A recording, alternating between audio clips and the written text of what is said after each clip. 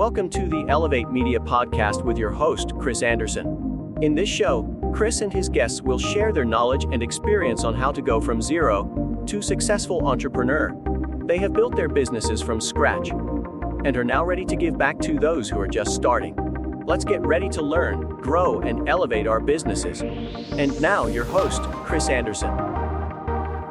Have you ever wondered what it takes to take your video production, photography services on the road? Well, I'm going to share with you 3 invaluable lessons I learned on a recent trip out of the state of Indiana to do a production in South Carolina. And I think you might find these really valuable for yourselves, some things you might not think about, and hopefully things that you can help to improve what you do when you serve your clients out of your home state. So if you're ready, let's jump into it. All right, welcome back to another recording of the Elevate Media Podcast. I'm Chris Anderson, your host. Today, I'm going to dive into our recent trip that myself and the team were able to take to Columbia, South Carolina, where we did a big, huge video production shoot for a client of ours. It was a multi-video type deal. So we had to get a bunch of shots, bunch of interviews, tons of B-roll, so we could put these 3 videos together that we're doing for them. So it was a big ordeal.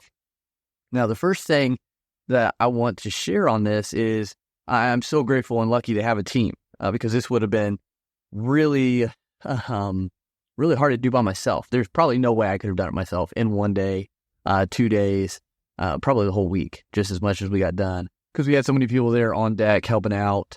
It was myself managing the project, and then we had 3 others on the team who came with us, 2 here that helped me, consistently, and then 1 that we connected with down in South Carolina and brought on to help us as well. So it was a huge thing to have them with me to be able to get this done. I couldn't have done it without them. So that's just kind of like an additional thing. If you can bring people on, and maybe you're not at that point yet of building out, kind of an agency type thing. Even if you're just looking for an extra hand, it's something to think about when you quote your prices for these. So the first thing I wanted to dive into about this trip that was so important for its success is actually things I did here in Indiana before we took the trip itself, the pre-production things. So that's lining up help, that's lining up logistics as far as travel, that's lining up lodging in a way that possibly could have been used for shooting if needed another location. That's getting the scripts created and done, and the shot list, and all those logistical things that we could have lay out the production day schedule so we could give to the team, and they could look at it and understand the mission and what we needed for the job at hand. So when they were out doing their shoots, I didn't have to be, in every place making sure they were getting stuff done. They had the sheets, they had the scripts, they knew what we were doing, so they could get those shots without me having to kind of oversee them really closely, which was amazing. And so that was a huge thing, a critical piece to getting it done so fast and so well is because of that pre-production phase that we had here before traveling there. So we got ahead, and that was communicating with the client as well, figuring out what they wanted, how they wanted it to come across, things that they wanted incorporated. And so all that worked ahead of time, pre-trip. So when we got there, it went a lot smoother. So that's the first thing I wanted to hit on. The second thing I wanted to hit on was how important communication is. Communication with the client themselves. We had a point person with the client who was communicating with us on what they needed, what was happening.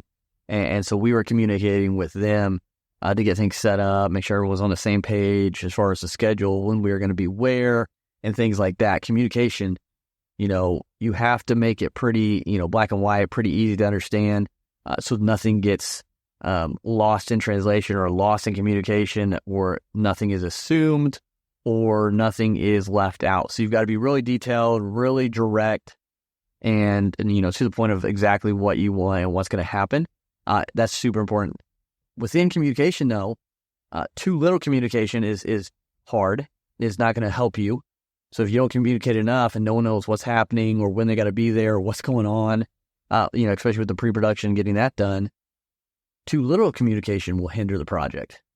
But on the flip side, too much communication can kind of, throw a little bit of a kink or make things a little bit difficult for the client themselves and sometimes for the team. For example, we obviously, like I mentioned earlier, great, amazing group there helping.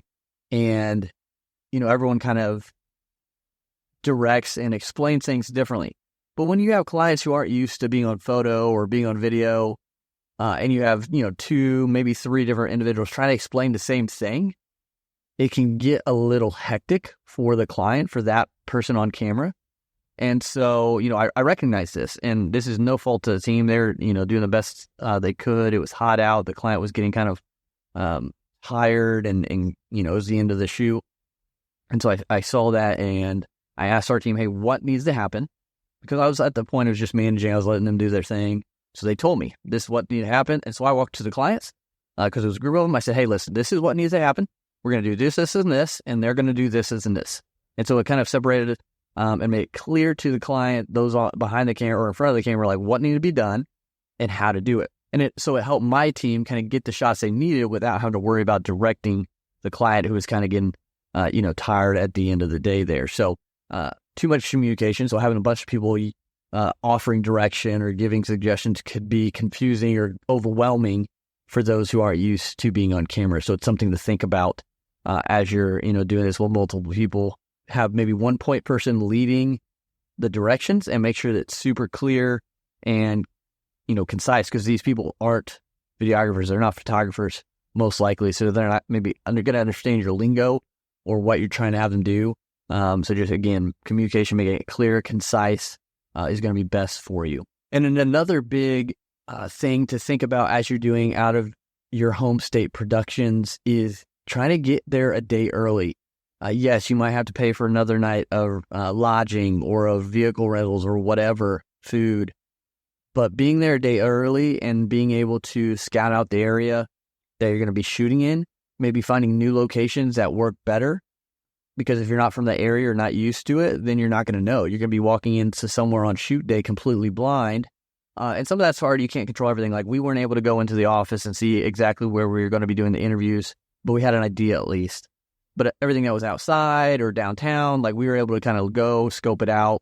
We actually met with some of the clients, our point person, and they kind of showed us some of that. So we had an idea. We were able to take some snapshots of those areas so we could go back to the room that evening and kind of brainstorm more ideas on what we're going to do the next day, which, again, reduces the amount of time you're out there shooting because you already have an idea of the location and what you're going to do. So yeah, always try to plan a day extra before the shoot at least, so you can get down there and scope the area out. It really helps. It makes things flow a lot better going into, production day. So these are the 3 things that really stood out to me on this trip that I wanted to share with everybody listening. Obviously, if you're not in the video or photo business like we are, it still can be helpful for you, especially if you're a service-based business or not, even not service-based, because planning ahead, pre-planning is great. Communication is always important, and then scoping out ahead of time could be anything. You just have to think about it in your industry and what that could look like. So hope you found value from this. Hope you can learn something and take it and implement it. And until next time, continue to go out, elevate your life, elevate your brand. We'll talk to you again soon. Thank you for listening to the Elevate Media Podcast. Don't forget to subscribe and leave a review. See you in the next episode.